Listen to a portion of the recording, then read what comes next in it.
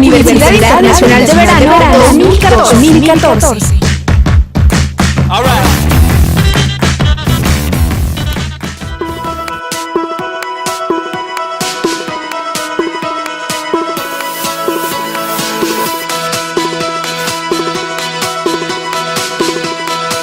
Reseña curricular. Y bueno, el doctor que nos acompaña es jefe del Departamento de Neurofisiología Experimental del Centro Internacional de Restauración Neurológica en el área básica en el Laboratorio de Electrofisiología Experimental.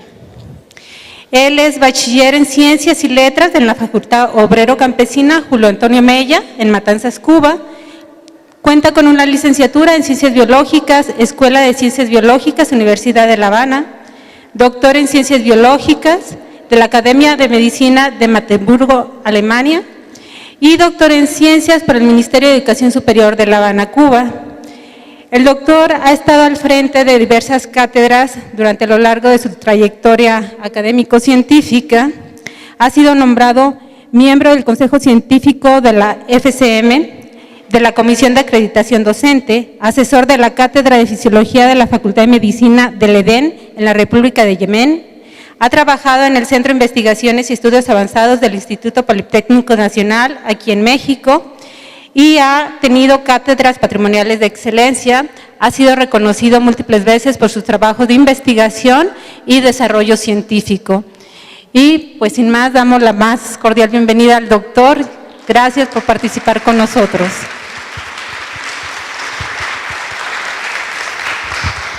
Sí. ¿Dónde aprieto? Acá. Perfecto. Bueno, primero que todo, por supuesto, se impone agradecer a los organizadores de este curso y en especial a la doctora María Isabel por la gentileza de tomarnos en cuenta y permitirnos conocer esta ciudad, un remanso de paz, verdaderamente, en la agitada vida que en otros lugares se desarrolla, de manera que doblemente feliz por estar aquí. Como anunciaba la doctora, vengo del Centro Internacional de Restauración Neurológica, estará también en el día de mañana la doctora Lilia Morales, y ahorita les hago el comercial del centro. Cuando digo ahorita, lo digo en el sentido que le damos en Cuba al término, que no es igual que acá, o acá ahorita es ya, ahora mismo, no. Para nosotros ahorita es una hora un tanto demorado, ¿no? Allá vamos a llegar, allá vamos a llegar. Y quiero mencionar al doctor William Almaguer, que participó conmigo en toda esta serie de experimentos que quiero presentarles. En el día de hoy les presentaré los resultados de nuestro trabajo, básicamente, y en el día de mañana pues hablaré en términos más generales acerca del fenómeno de la neuroplasticidad. La siguiente, por favor. El interés de los pensadores y de los seres humanos por el estudio de los procesos afectivos y la importancia que tienen para la conducta y la vida humana es muy antiguo. Esta frase que cito acá, el placer es el mayor incentivo para la maldad, la escribió Platón, filósofo griego, hace más de 3000 años. De manera que ya desde esa época estos temas se reconocían como aspectos cruciales para entender a los hombres y su naturaleza. Aquí vemos a dos bisones. Yo como biólogo diría que están realizando el coito. Desde un punto de vista más humanista diría que están haciendo el amor. Por supuesto es una fuente de placer y una fuente de placer legítimo cuando es mutuamente deseado. Ya no es tan legítimo el placer que experimentan algunos seres humanos en despojar a estos bellos animales de su piel por el placer de vestir un abrigo de bisón. La siguiente, por favor. Este es el mundo de la afectividad. Aquí tenemos definiciones muy antiguas, sentimientos, impulsos, emociones, motivaciones. Algunas son positivas, el amor, el placer bien merecido, los valores que desarrollamos como parte de nuestra vida. Algunos tienen ya consecuencias negativas, son francamente patológicos, como las fobias, los ataques de pánico, los trastornos bipolares y el estrés postraumático, que está muy de moda actualmente. Es muy difícil a veces establecer una frontera entre cuál es la diferencia entre un impulso y una motivación, pero todo esto forma parte de la vida cotidiana, del lenguaje cotidiano, y se ha trasladado, por supuesto, también a la literatura científica. La siguiente, por favor.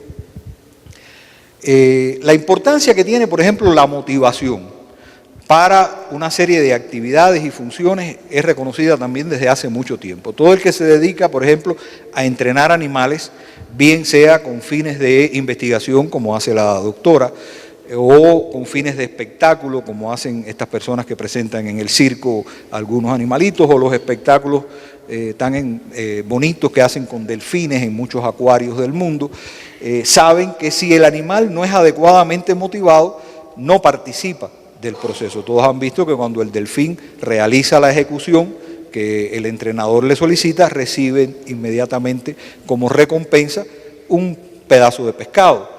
Los pedagogos insisten en la importancia de motivar a los estudiantes para que el aprendizaje se lleve a cabo de forma más efectiva, y más recientemente se piensa, y hay evidencias al respecto, de que aspectos tales como la recuperación funcional de personas que han sufrido daño por distintas razones a su sistema nervioso, pues también depende del nivel de motivación que tenga la persona cuando interviene en un proceso de rehabilitación física, y este ha sido el argumento que me ha permitido a mí convencer a las autoridades del CIREN, el Centro Internacional de Restauración Neurológica, de que es importante estudiar las bases neurales de estos procesos. La siguiente, por favor.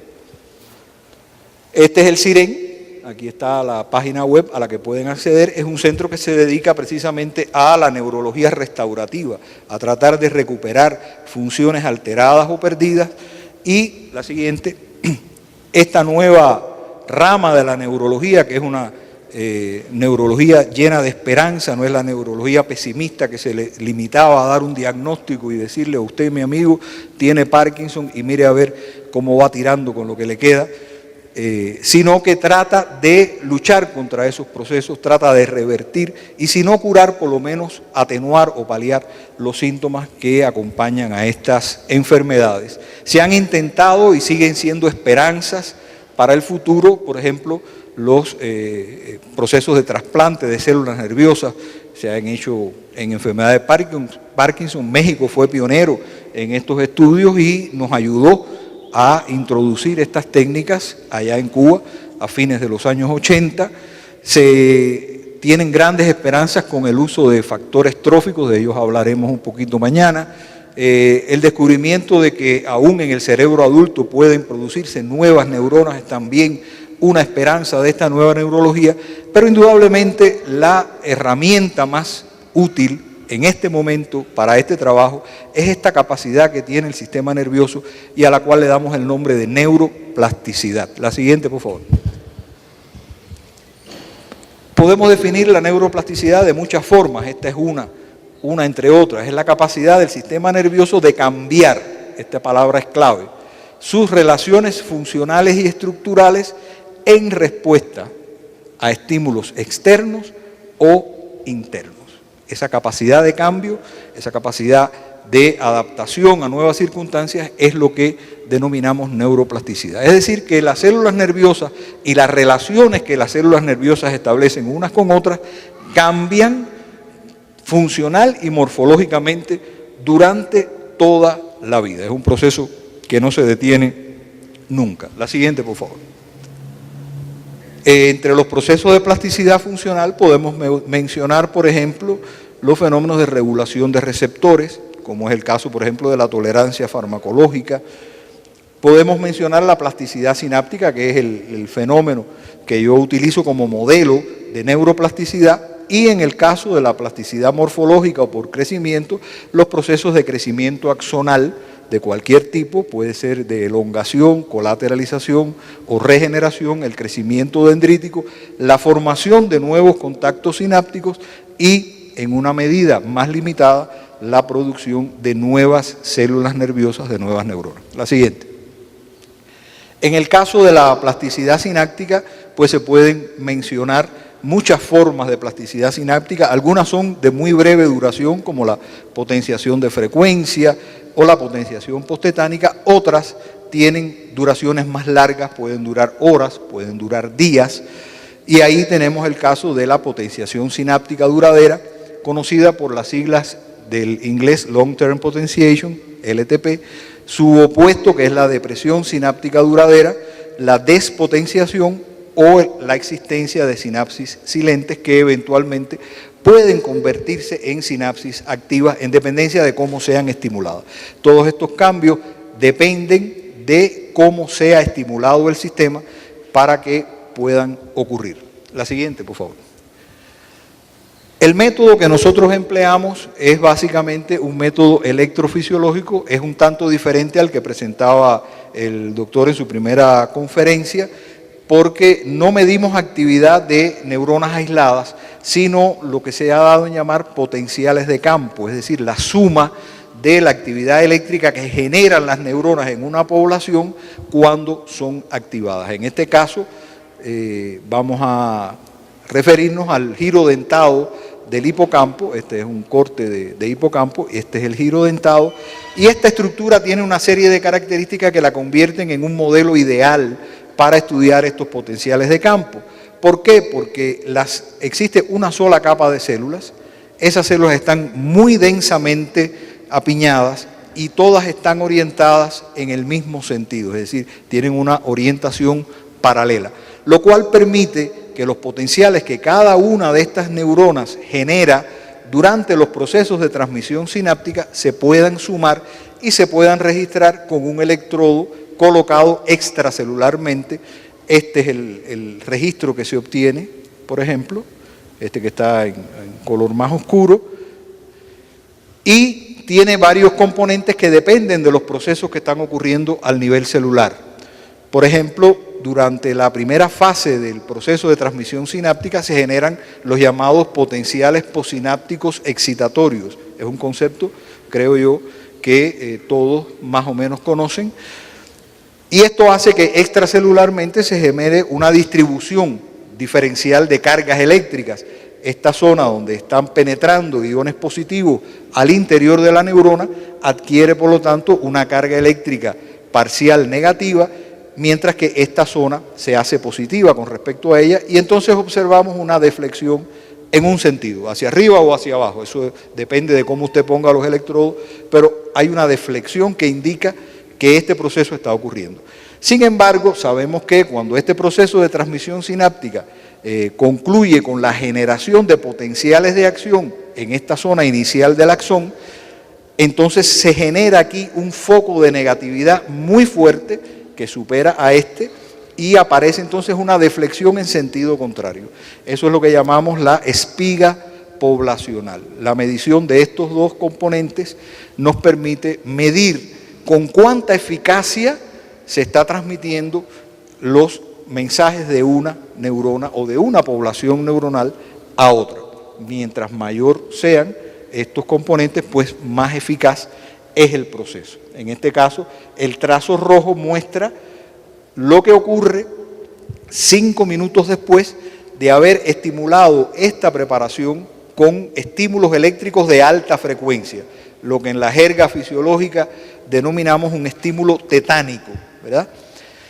Y observen ustedes cómo hay un cambio evidente en ambos componentes. Este primero se hace más inclinado, aumenta la pendiente de este componente, y el segundo sí es muy evidente que hay un aumento notable en esta espiga poblacional, lo que indica que esta población está respondiendo a un mismo estímulo de una forma mucho más intensa. Ese es el fenómeno de plasticidad sináptica que hemos utilizado como modelo, dame la siguiente por favor, para estos estudios.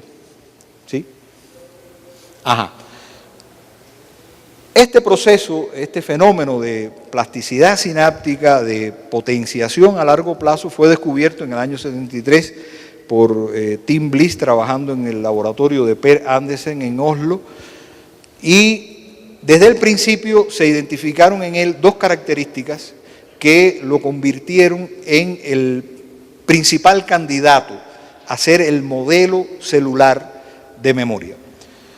Una es su duración. En dependencia de cómo sea estimulada esta sinapsis, este proceso puede durar horas, puede durar días, puede durar semanas, incluso hay quien afirma haberlo seguido durante meses y años. Es bastante difícil desde el punto de vista técnico, pero hay algún que otro reporte por ahí. Eventualmente se piensa que si es suficientemente intenso pudiera durar toda la vida. Y el otro es su especificidad. ¿Por qué razón? Porque solo las poblaciones sinápticas que son activadas por el estímulo muestran esta potenciación duradera. Otras poblaciones que no son estimuladas no manifiestan cambios. De manera que estas dos características han sido las principales atractivos para considerar que este fenómeno pudiera ser la expresión a nivel celular del proceso de memoria. La siguiente. Durante los años 80 y 90 se realizaron una serie de estudios que permitieron identificar una serie de actores moleculares que intervienen en distintas fases de este proceso. La doctora hablaba, por ejemplo, de memoria a corto y a largo plazo, y hoy hablamos, por ejemplo, de LTP temprana, que pudiera ser equivalente a la memoria a corto plazo, que depende de la activación de receptores al glutamato de tipo NMDA, la entrada de calcio a la célula, la activación de proteínquinasas. Los estudiantes de bioquímica sabrán a qué me refiero. Si alguien no está muy claro del término, pues nos vemos después y hablamos un poquito sobre eso. Mientras que estas fases tardías, más allá de las 4 horas aproximadamente, pues ya dependen, por ejemplo, de la síntesis y distribución de nuevas proteínas. Lo mismo que fue demostrado durante los años 80 para el proceso de consolidación de la memoria. Algunos revisores me objetaron en algún momento en un artículo que yo hablara de consolidación de la potenciación. Sin embargo, hoy esto se ha establecido y ya no es un pecado hablar de consolidación de la plasticidad sináptica en esta fase de LTP tardía. La siguiente, por favor. En los años 90, un buen amigo, Thomas Seidenbecher, trabajando allá en Magdeburg, pues publicó resultados muy interesantes que establecían por primera vez un posible vínculo entre los procesos de plasticidad sináptica y los factores afectivos, los factores motivacionales. Estas gráficas, que las van a ver a partir de ahora muy frecuentemente, lo que representan en este eje es la eficacia relativa de la transmisión sináptica a partir de un nivel basal que se establece antes de producir o provocar el fenómeno de potenciación, y el tiempo. Aquí en este caso el tiempo está en horas hasta 24 horas. ¿Y qué hicieron ellos? Bueno, ellos indujeron un proceso de potenciación sináptica con un estímulo moderado. Ese estímulo moderado logra una potenciación inicial, pero esa potenciación decae en el curso de las horas, de manera que ya a partir de las 6 horas prácticamente no se distingue del valor basal. Sin embargo, si estas ratas a las cuales usted aplica este estímulo e induce este fenómeno de potenciación, se deprivan de agua durante 24 horas. Las ratas están sedientas, yo también. No formo parte de ningún experimento.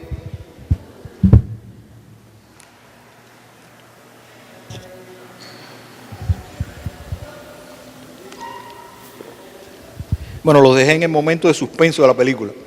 ¿Qué pasa si deprivo a los animales de agua durante 24 horas y en algún momento temporalmente asociado al momento en que se produjo la inducción del fenómeno, yo les permito beber? Fíjense que este concepto de ventana temporal, ya la doctora también se refería a él, el momento en que se asocian los estímulos es clave para definir o determinar qué va a ocurrir después. Bueno, pues si yo le permito beber a la rata 30 minutos antes o 30 minutos después de haber inducido la potenciación, se alcanza un nivel similar de potenciación, es decir, no se potencia más. Lo que pasa es que la potenciación no decae, se consolida, se convierte en una potenciación duradera. Y este es el modelo que hemos utilizado para el resto de los estudios que vamos a presentar. Establecimos una hipótesis general. El reforzamiento motivacional actúa como un evento modulador que por vías posiblemente heterosinápticas, esto quiere decir involucrando a otras sinapsis diferentes de las que fueron estimuladas, activa la maquinaria biosintética celular y proporciona a las sinapsis potenciadas las proteínas necesarias para consolidar el estado de potenciación. La siguiente. Vamos por partes. Primero nos interesó estudiar qué relación tenía con el metabolismo celular, si era necesaria la síntesis de proteínas para que el reforzamiento tuviera lugar. La siguiente. Y efectivamente, bueno, este es un estudio de control para replicar los resultados de Seidenbecher, de que el reforzamiento conductual pues prolonga la potenciación, y acá aplicamos anisomicina, que es un bloqueador de la síntesis de proteínas, y efectivamente el efecto de reforzamiento desaparece, de manera que sí, la síntesis de proteínas es necesaria para que ocurra este fenómeno de reforzamiento afectivo de procesos de plasticidad sináptica. La siguiente. Esto lo interpretamos en términos de esta llamada hipótesis de la marca sináptica, que fue demostrada elegantemente por Frey y Morris en el año 97, basado en una propuesta que había hecho Hans-Jürgen Mattis mucho antes para explicar el aprendizaje asociativo a partir de la concurrencia de diferentes tipos de estímulos a poblaciones sinápticas diferentes. El estímulo débil que aplicamos para inducir este fenómeno de plasticidad transitoria no logra activar la maquinaria biosintética, pero sí deja una marca, ya está identificada químicamente, no me voy a referir a eso, en qué consiste esta marca, que si se asocia temporalmente con un estímulo fuerte o un estímulo afectivo, que sí es capaz de activar la maquinaria biosintética y producir las proteínas necesarias, son capturadas también por esta sinapsis y entonces ella se puede reforzar. De manera que el reforzamiento conductual, a partir de esta interpretación, modula la plasticidad sináptica, activando los mecanismos celulares de biosíntesis de las proteínas requeridas para su consolidación. La siguiente. Una vez establecido esto, nos dedicamos a estudiar las bases neurales, es decir, qué estructuras cerebrales podrían estar implicadas en esto, y por supuesto, la siguiente, el primer candidato pues fue obviamente la amígdala. La amígdala, esta que tenemos aquí, no esta que tenemos acá, que también reciben el nombre de tonsilas, ambas se llaman así porque de alguna manera, cuando los anatomistas a veces tienen imaginación, y de alguna manera se les parece en su forma a la de una almendra, y entonces por eso le han dado ese nombre. Bueno, desde hace mucho tiempo se sabe que existe una relación biunívoca entre la activación de la amígdala y el estado emocional positivo o negativo. Estos son experimentos, por ejemplo, en que se presentan caras y la persona las observa, y se hacen estudios de resonancia magnética y se demuestra que siempre que el estímulo presentado tenga una valencia emocional fuerte, hay una activación de la amígdala. De manera que ese fue nuestro primer candidato. ¿Tiene algo que ver la amígdala con este fenómeno de reforzamiento? Bueno, esto es lo que muestran estos resultados, en lo cual hicimos dos cosas. Una, inactivamos la amígdala después de haber inducido el fenómeno de potenciación, 10 minutos después, inyectando tópicamente lidocaína, un anestésico local que un poco que duerme a las neuronas durante un periodo de tiempo, y efectivamente el efecto de reforzamiento se bloquea inmediatamente. Y lo mismo ocurre si lesionamos la amígdala de forma permanente. Es decir, que para que ocurra el reforzamiento tiene que haber una amígdala, y no solo una amígdala, sino una amígdala activa. La siguiente, por favor. De manera que esto nos permitió establecer un modelo inicial en el cual los estímulos sensoriales, al llegar al tálamo, van por una parte a la corteza, al hipocampo, y ahí pueden provocar fenómenos de potenciación que pueden ser reforzados por señales procedentes de la amígdala. Otra pregunta, bueno, si el bloqueo de la amígdala bloquea el reforzamiento, ¿será posible que estimulando la amígdala yo logre reforzar procesos de plasticidad sináptica? La siguiente, por favor. Efectivamente, la respuesta es sí. Tanto estímulos de alta frecuencia, 200 hercios, como de baja frecuencia de la amígdala, antes o después, aquí también hay una ventana temporal de más o menos 15 minutos, pues prolonga el proceso de potenciación, es decir, hace lo mismo que hace el estímulo conductual. La siguiente, por favor. Hicimos un poquito de farmacología con esto, por ejemplo, bloqueadores de receptores beta-adrenérgicos bloquean el proceso de reforzamiento y lo mismo hacen bloqueadores de la transmisión colinérgica, pero no bloqueadores de la transmisión dopaminérgica. Es posible que esto les sorprenda a alguno porque la dopamina se sabe que forma parte de estos sistemas de reforzamiento, pero hay que tener en cuenta que el sitio donde estamos haciendo el estudio, que es el giro dentado del hipocampo, prácticamente no tiene inervación dopaminérgica. La inervación catecolaminérgica que recibe es noradrenérgica procedente del locus ceruleus, de manera que esto en este sitio en particular hace sentido. La siguiente.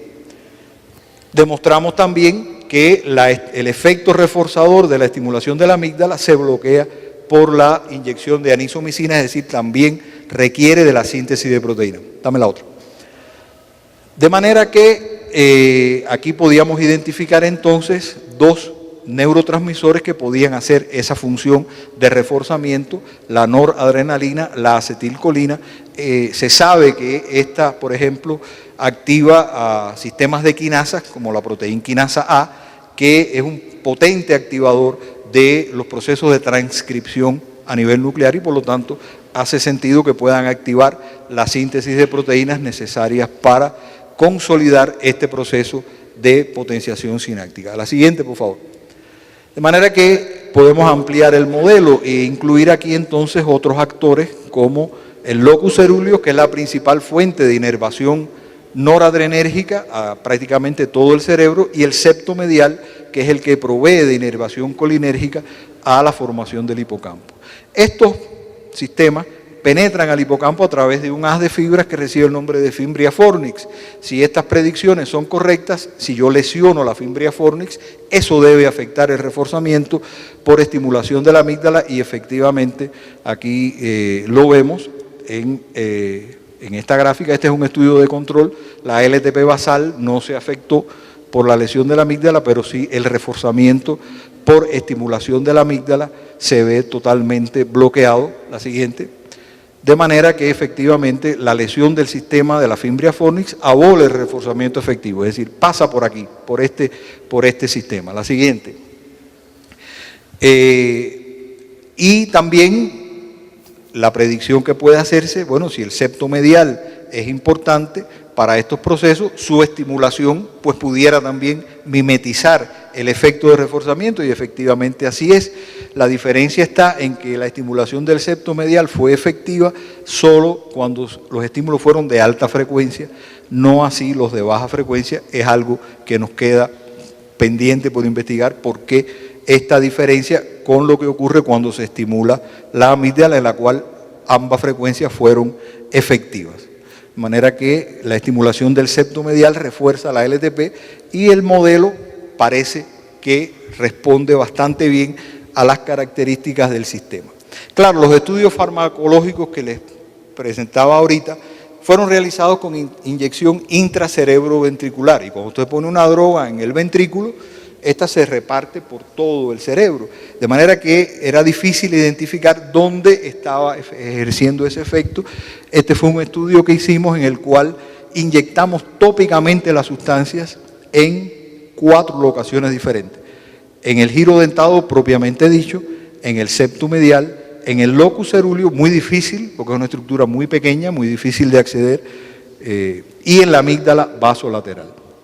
Aquí se intenta mostrar confirmación histológica de la locación de las cánulas a través de las cuales se inyectaron estas sustancias y la posición de los electrodos para provocar estos potenciales evocados. La siguiente, voy a ir rapidito por acá, ustedes si quieren después podemos ver más detalles sobre esto. Cuando administramos las sustancias directamente en el giro dentado, el bloqueo de receptores adrenérgicos en el giro dentado bloqueó la LTP desde fases muy tempranas, mírenlo acá, como cae casi inmediatamente. Sin embargo, el bloqueo de receptores muscarínicos tiene efecto, pero solo sobre las fases más tardías. Es decir, que parece que hay una diferencia temporal en la necesidad de estos sistemas para que el reforzamiento tenga lugar. La siguiente. En el caso del locus coeruleus, bueno, aquí repetimos la inyección de lidocaína, efectivamente la inactivación del locus coeruleus y bloquea el fenómeno de reforzamiento, asimismo la inactivación de sus receptores muscarínicos, pero no la de los receptores adrenérgicos, lo cual tiene sentido porque el locus coeruleus es la fuente principal de inervación noradrenérgica, pero no recibe este tipo de aferencia. La siguiente. En el caso del septo medial, también la inactivación con lidocaína bloquea el reforzamiento, la inactivación de los receptores noradrenérgicos con propranolol también bloquea el efecto, pero no así la inactivación de los receptores muscarínicos. También tiene sentido porque el septo medial es fuente de inervación colinérgica, pero no recibe esta información, aunque sí recibe una importante inervación noradrenérgica procedente del locus coeruleus. La siguiente. De manera que el modelo aparece bastante completo y comprobado. Por supuesto, aquí intervienen otros actores que no están incluidos aquí.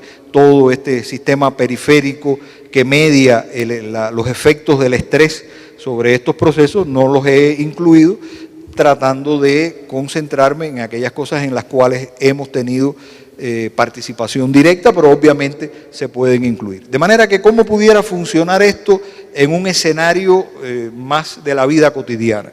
Bueno, todos los impulsos sensoriales que pasan por el tálamo siguen dos caminos. Los que van a la corteza nos informan acerca de qué, cómo, cuándo, cuánto, es decir, qué está pasando ahora, cuántas personas están sentadas en este auditorio, de qué color están vestidas, etc. Sin embargo, las señales que van a la amígdala responden una pregunta más sencilla, pero no menos importante.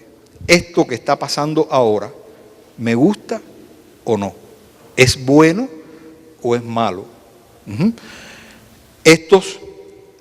Estas señales se conservan en forma de sinapsis potenciadas en el hipocampo y, por supuesto, en dependencia de la respuesta que dé la amígdala a este procesamiento, serán reforzadas o no. Si son reforzadas porque efectivamente lo que está pasando es importante para la vida, pues se conserva esta información. Si no lo son, esa información se pierde. Es un mecanismo de economía. No tiene sentido que nos acordemos de todo, pero sí tiene mucho sentido que nos acordemos de aquellas cosas que son importantes y que pueden ser relevantes y que pueden tener consecuencias para nuestra vida. La siguiente. Quisimos extender un poco esto porque había otros posibles candidatos como el núcleo accumbens, que está muy de moda, el RAFE, la siguiente. En el caso del accumbens encontramos que sí hay un efecto, pero solo si se estimula el accumbens antes de inducir el fenómeno de potenciación. El accumbens tiene dos partes, la parte central, el core, y una parte periférica que es la cáscara, la concha, el shell. Y curiosamente tienen efectos contrarios. Uno facilita la potenciación y el otro la inhibe. Sin embargo, si se aplican después de inducir el fenómeno, no tienen ningún efecto. La siguiente. Y en el caso del RAFE, que es la fuente principal de inervación serotonérgica al cerebro, y sabemos la importancia que tiene la serotonina para los procesos afectivos, no encontramos ningún efecto sobre los procesos de transmisión de plasticidad sináptica, aunque sí efectos sobre la transmisión sináptica basal. Es decir, que parece que modula la transmisión en condiciones basales, pero no afecta los procesos de plasticidad. La siguiente. Quisimos comprobar más allá en otros modelos si estos que habíamos encontrado también tenía lugar. La siguiente. Uno de estos modelos implicó entonces una estructura que no es el hipocampo, sino la corteza motora. Los animales tenían que adquirir una habilidad motora. Esto toma generalmente varias sesiones durante varios días. Esta memoria procedural es mucho más difícil de establecer, requiere de muchas repeticiones, y todo el que ha, por ejemplo, aprendido a tocar un instrumento musical sabe cuántas veces hay que pasarse por los propios sectores esta información para formar los engramas necesarios. Este es el mapa de la corteza motora de la rata. Encontramos que cuando el animal aprende hay un incremento de el área que representa la pata anterior que está implicada en esa habilidad, pero lo interesante es que la estimulación de la amígdala acortó el número de días necesarios para adquirir la habilidad. De manera que parece ser una confirmación de que más allá del hipocampo también es efectivo. La siguiente. Y, por ejemplo, ¿qué pasa en un cerebro lesionado? En un cerebro con lesión de Fimbria fornix, esto es aprendizaje en el laberinto acuático de Morrilla. La doctora me facilitó la tarea porque lo describió muy bien, de manera que ustedes saben que esta latencia representa el tiempo que tardan los animales en encontrar la plataforma y escapar del agua. Observen que los animales lesionados prácticamente no aprenden, mientras que los controles aprenden muy rápido. Estos son animales a los cuales se les estimuló la amígdala 15 minutos después de cada sesión de entrenamiento. Fueron 4 días de entrenamiento, 8 intentos cada día, y efectivamente ya a partir del tercer día hay una diferencia significativa entre los animales estimulados y el resto de los animales lesionados. La siguiente, por favor. Ya está. En épocas más recientes hemos estado tratando de averiguar, ¿no?, cuáles son los mecanismos moleculares que pudieran estar implicados en este caso, en este efecto de estimulación de la amígdala, mejorando el aprendizaje espacial en ratas con lesión de la Fimbria fornix. Una de las cosas que hemos encontrado es que los niveles de BDNF, este es un factor trófico, el nombre es Brain Derived Neurotrophic Factor, es decir, factor neurotrófico derivado del cerebro, está muy de moda en la actualidad, y esto pudiera explicar en parte ese resultado, ese beneficio que obtienen los animales. En el caso del NGF no encontramos diferencia, aunque sí hay una acumulación porque la lesión de la Fimbria fornix impide el transporte retrógrado de esta proteína hacia el septo medial. La siguiente. Y finalmente quiero presentarle 2 experimentos muy recientes. María Isabel, cuando tú quieras que me calle, me lo haces saber, solo que me avisas unos 5 minutos antes, ¿ya? Esta frase, como es arriba, es abajo. La traigo a colación porque la usan mucho los astrólogos, ¿no? Y ellos plantean que todo lo que ocurre acá, a este nivel planetario, está escrito allá arriba. Es decir, que la posición que tienen las estrellas y los planetas determina qué pasa aquí abajo. Sin embargo, la frase como tal no tiene nada que ver con la astrología. La frase está tomada de un libro de alquimia. Los árabes se dedicaron con mucho entusiasmo a esta protociencia, y lo que dice es que lo que está arriba de un aparato de destilación, lo que está arriba en forma de vapor, es lo mismo que lo que está abajo en forma de líquido, y que cuando se enfría suficientemente, pues retorna a este estado. Bueno, 2 experimentos. Uno, la siguiente, por favor, a nivel conductual. Es decir, quisimos ver si esto se traducía desde el punto de vista conductual. Hicimos una sesión de entrenamiento en el laberinto acuático de Morris y medimos la retención a las 24 horas. Entre ambos eventos interpusimos un choque eléctrico intenso, constituye, en nuestra opinión, un estrés excesivo, y o la exploración de un ambiente novedoso, es decir, un lugar donde la rata no había estado nunca antes, lo cual desde el punto de vista motivacional constituye también algo que motiva fuertemente al animal. Si la exploración del ambiente novedoso y la motivación que con esto se logra es capaz de revertir el efecto negativo que este estrés intenso tiene sobre la memoria, esa era la respuesta positiva, o no. La siguiente. Bueno, utilizamos como medida de retención los resultados del primer bloque del segundo día, porque ya estos están influenciados por algo que el animal comienza a reaprender durante esta segunda sesión de entrenamiento, y eso es lo que representamos aquí. Estos son los animales controles. Creo que no se oye. ¿Sí? Ya regresó. Bien. Estos son los controles. Este es el nivel de latencia a las 24 horas. Estos son los animales a los cuales se les aplicó el choque eléctrico 5 minutos después de haber terminado esta sesión de entrenamiento. Observen cómo se deteriora la retención de la memoria. Y esto es lo mismo, lo único que en otro contexto, aplicando el choque eléctrico en otro contexto para evitar efectos contextuales, etc. La siguiente. Efectivamente, la exploración de un ambiente novedoso recupera la memoria afectada. Aquí está el grupo al cual después del choque eléctrico se le permitió explorar un espacio en el cual no habían estado nunca antes y efectivamente, como pueden ver ustedes, recupera el efecto de la memoria. Y lo mismo ocurre si la exploración se realiza antes de la sesión de entrenamiento.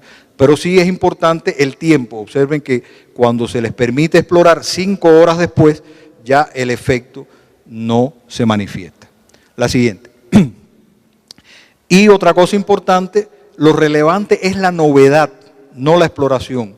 Si habituamos al animal al open field, al sitio donde se le coloca, desde antes de la sesión de entrenamiento y lo pretendemos utilizar para reforzar la memoria, no se obtiene ningún efecto. Sin embargo, si lo colocamos en un open field nuevo, diferente, que el animal no conocía anteriormente, el efecto de recuperación sobre la memoria se restablece.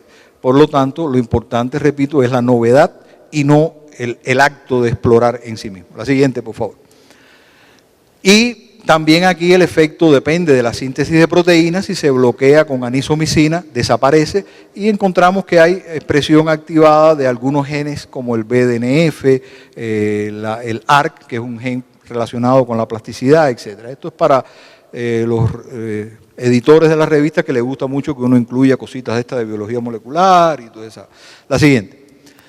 De manera que los resultados de este experimento confirmaron perfectamente la hipótesis, la novedad protege y recupera la memoria, el efecto es duradero y requiere de la síntesis de proteínas y genes relacionados con la plasticidad y muy importante, la correcta ubicación temporal de ambos estímulos. La siguiente. Entonces quisimos llevar esto al nivel celular nuevamente, al nivel sináptico. ¿Y qué hicimos? Bueno, indujimos una potenciación, la borramos despotenciando, aplicando estímulo de baja frecuencia, y la pregunta es, ¿esta despotenciación borra la marca y por lo tanto impide que se produzca el reforzamiento o no? La siguiente. Bueno, aquí nuevamente comprobando el efecto de la modulación afectiva, ¿verdad? Y aquí demostrando que efectivamente una sinapsis potenciada se puede despotenciar si se estimula con estímulos de baja frecuencia, que es lo que se ve aquí. Se potenció hasta aquí, cuando le pusimos el estímulo de baja frecuencia, se fue inmediatamente al nivel basal. Esto es estudios de control para ajustar la maquinaria, la siguiente. Y entonces fuimos a responder la pregunta. Potenciamos, despotenciamos y aplicamos entonces el reforzamiento conductual. ¿Y qué pasó? Nada. No hubo recuperación. A diferencia de lo que ocurrió en el modelo conductual, donde el estímulo motivacional sí tuvo efecto. Y entonces la pregunta era si esto significaba que la marca se había borrado o simplemente que las sinapsis estaban en un estado de oclusión que no permitía su reforzamiento. La siguiente. Aquí empezamos a probar alternativas. Primero probamos si podían reaccionar después de la despotenciación y si aplicamos un segundo estímulo tetánico, efectivamente la sinapsis puede reaccionar, es decir, no están ocluidas. La siguiente. Y la combinación más completa fue cuando despotenciamos, aplicamos el estímulo motivacional y aplicamos también un segundo estímulo tetánico y efectivamente aquí la respuesta fue inmediata. Es decir, que aparentemente la marca sí se había borrado y este segundo estímulo lo que hace es restablecer una marca sobre la cual pueden actuar entonces los mecanismos de consolidación que aquí operan. La siguiente. De manera que aquí no se confirmó la hipótesis, aquí no es abajo como es arriba. Quizás la diferencia esté en que arriba, al nivel ya de conducta, el volumen, la extensión de los sistemas que participan es mucho mayor que cuando aplicamos estos estímulos a un sistema más restringido donde intervienen muchos menos elementos. La siguiente.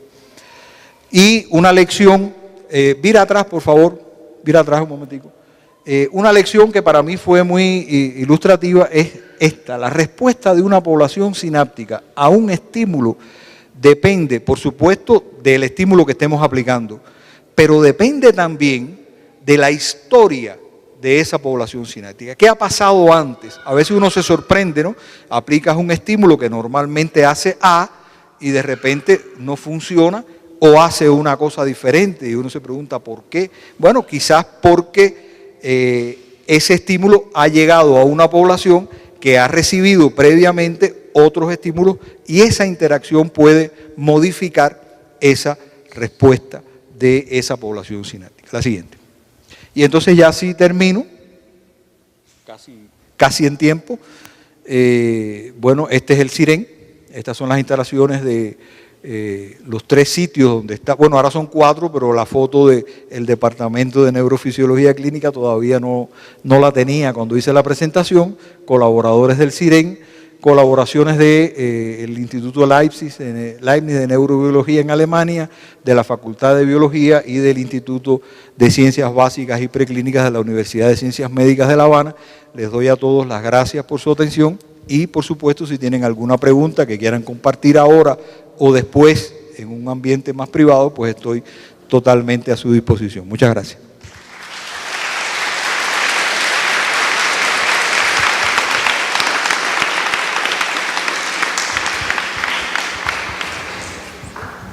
¿Hay alguna pregunta para el doctor? Bueno, por lo menos creo que todos terminaron despiertos. Eso ya es un logro. Bueno, parece ser que yo soy muy preguntona. Muy interesante. De la última parte, yo no sé si quizá los alumnos pueden también estar interesados. Yo desconozco el tema de electrofisiología, no soy experta en ese tema. Y yo la pregunta era técnica. En realidad yo quería saber exactamente la inducción de despotenciación y depresión a largo plazo. Exactamente dónde está el límite o cómo consigues despotenciación versus depresión a largo plazo. A ver, el estímulo que se aplica es esencialmente el mismo. El estímulo de baja frecuencia, 1 hercio, fueron los que utilizamos nosotros. Muchos estímulos, 900 estímulos, a continuación uno del otro. Eso dura minutos, varios minutos. Y la diferencia entre despotenciación y depresión sináptica está en el estado funcional de la sinapsis. Es decir, si la sinapsis fue potenciada, entonces lo que haces es despotenciarla. Si no la has potenciado, entonces lo que haces es deprimirla. Lo que pasa es que uno nunca sabe, porque ese nivel basal del 100%, ese se establece antes, y uno no sabe realmente qué ha pasado con esa sinapsis antes. A lo mejor cuando estoy partiendo de lo que yo considero una población sináptica que no ha sido estimulada, lo que estoy haciendo realmente es despotenciando una que se potenció por causas ajenas a mi voluntad y a las manipulaciones que yo he hecho sobre la preparación, pero la diferencia es básicamente esa.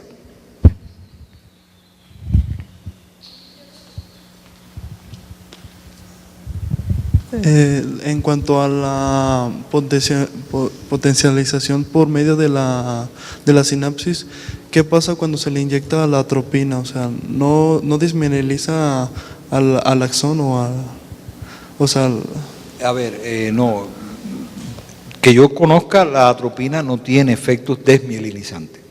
Es otra, la atropina es un fármaco derivado de un hongo venenoso, puede ser un potente veneno, que bloquea determinado tipo de receptor a la acetilcolina. Sabes que hay básicamente dos tipos, receptores nicotínicos y receptores muscarínicos. La atropina bloquea este tipo de receptores.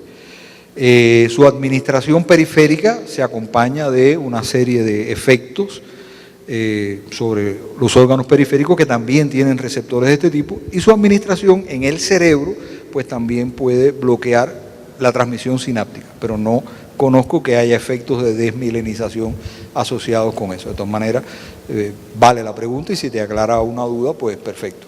¿Tienes otra? O sea, yo pensaba que no Echa. afectaba la potencialización, ¿no? Órale. No lo afectaba, pues. ¿Perdón? No lo afecta. Sí, claro, cómo no, claro. La inyección de atropina tópicamente bloquea la potenciación en las fases tardías, en las fases más tardías. De hecho, este sistema colinérgico del septum al hipocampo es uno de los que se considera está más afectado o más tempranamente en la enfermedad de Alzheimer, de la cual nos va a hablar la doctora mañana, y muchas de las estrategias que se han estado intentando para el tratamiento de personas con esta terrible dolencia es el uso de sustancias que bloquean la enzima que degrada a la acetilcolina. Es una de las estrategias. Hasta ahora los ensayos clínicos no han sido muy relevantes, pero esta es la lógica de ese tipo de ensayo. ¿Ya? ¿Sí?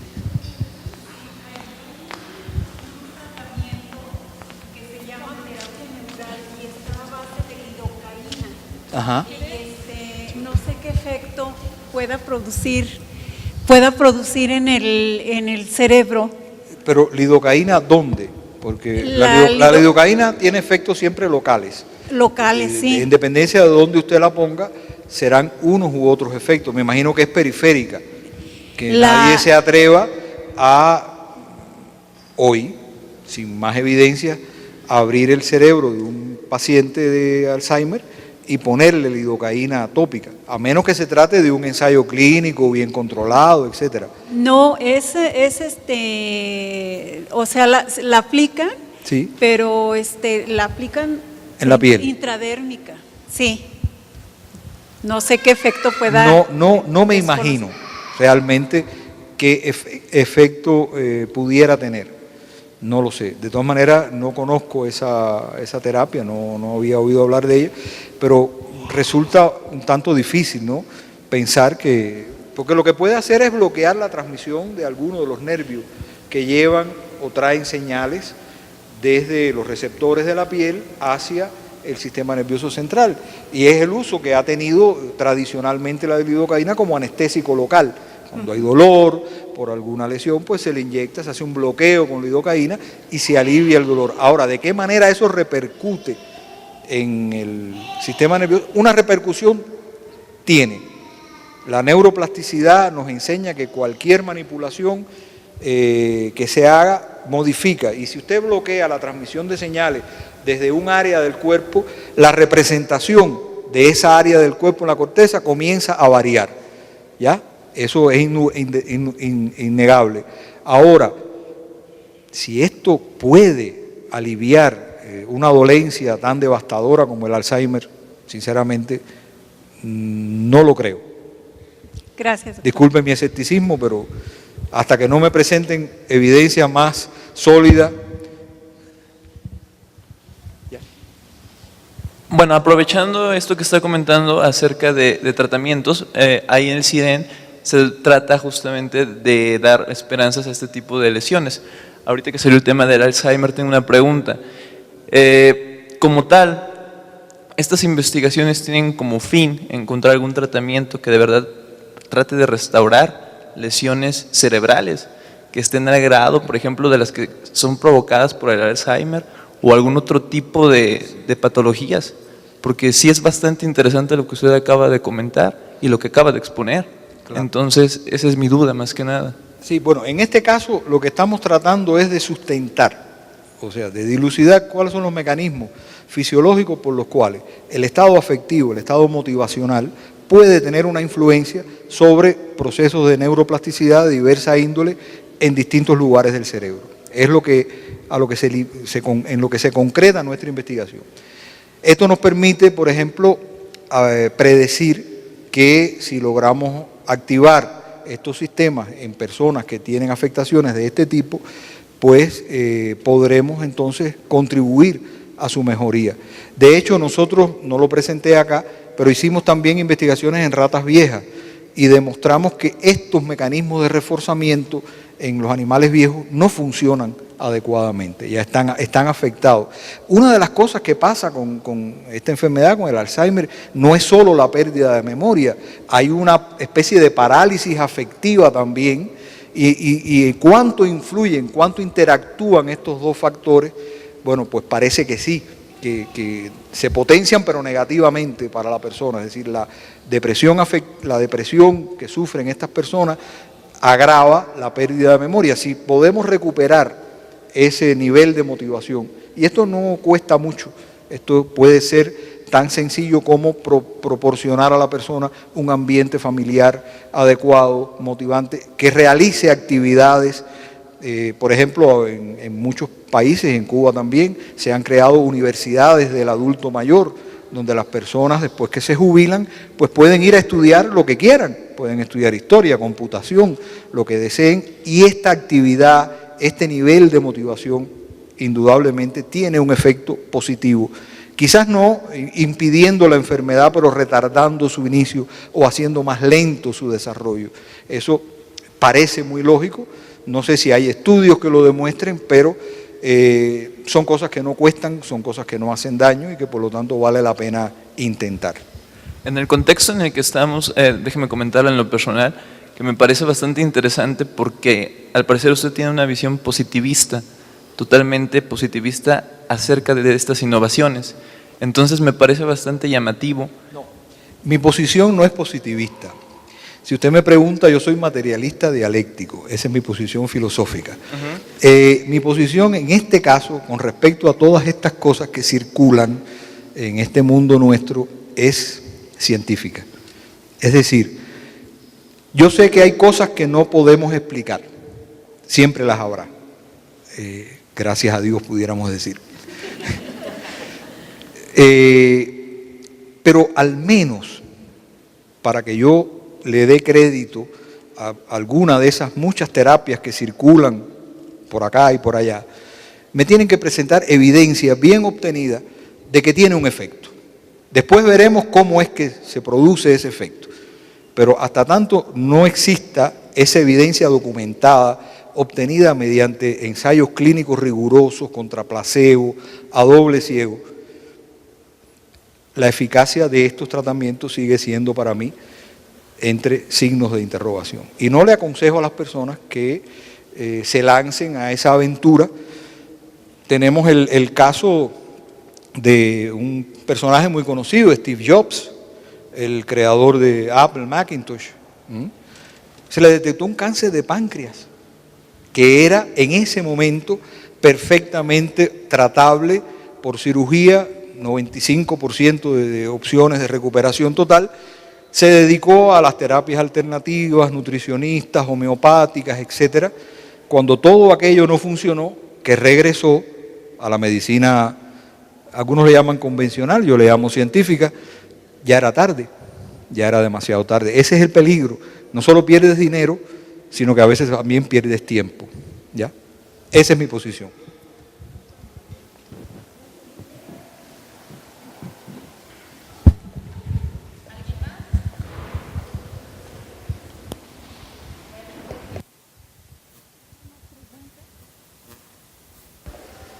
Le damos las gracias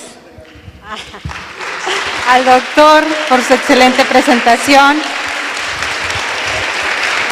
y un presente. Sí. Yo sé quién me va a hacer uso de esta mochila. Me parece perfecto. Universidad Internacional de Verano 2014.